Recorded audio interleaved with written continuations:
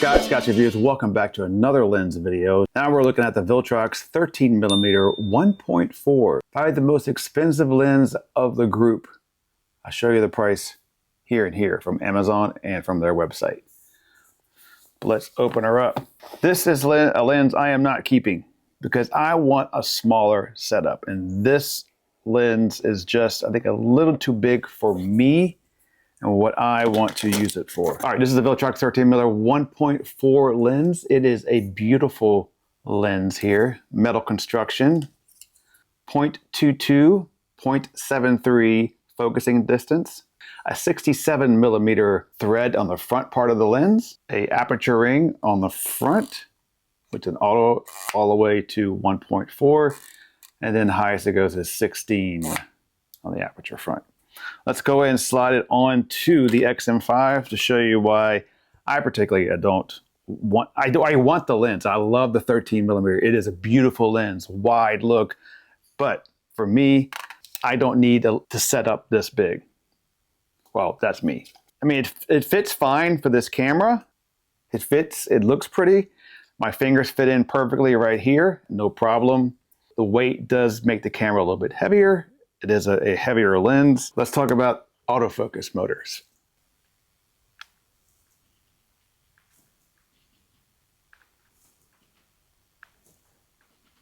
That's quiet.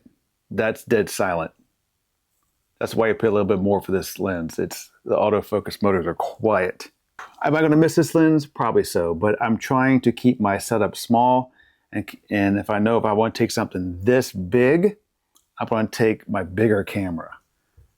It has 14 elements in 11 group. Has 9 blades for aperture, beautiness. All right, let's go take some photos with the 13mm. We'll compare it with the other lenses I have here, see what you think, and then we'll come back and talk about it real quick before we have our next lens. New era. Here we go. New era. Yeah. You ain't never seen nothing like this. I'm about to blow your mind with a twist. Hit the lights, here I go, go, go. I make the rules, I run the show. Get ready, get ready, get ready for it. Get ready. I'm in my new era. I'm back. I'm better in my new era. I'm back. I'm better in my no. This is the 13mm Viltrox. Now, what's on right now is the digital stabilization that the camera can try to produce. So you tell me what you think. But this is a big lens. This makes a camera a bigger camera.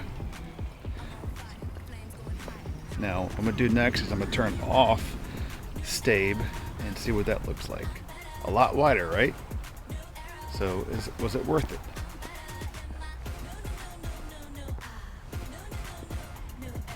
How is this doing with no stabilization at all?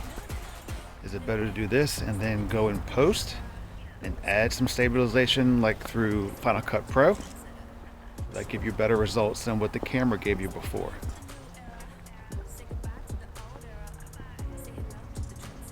How is this doing with no stabilization at all? Is it better to do this and then go in post and add some stabilization like through Final Cut Pro? That give you better results than what the camera gave you before. All right, what did you think of the photos? So the wide angle on this lens is beautiful. I love the look of it. I love the 1.4 to really cut out that background. It is a nice, fast lens. So will I miss it? Probably so. Will I buy it again? I don't know. It depends on what I do with Fuji. If I keep the Fuji or I go back to my Sony. All right, that's it for this one. Comment down below what you any questions about this lens here. But that's what it looks like on the X-M5. Let me know what you think and what lens you like the best.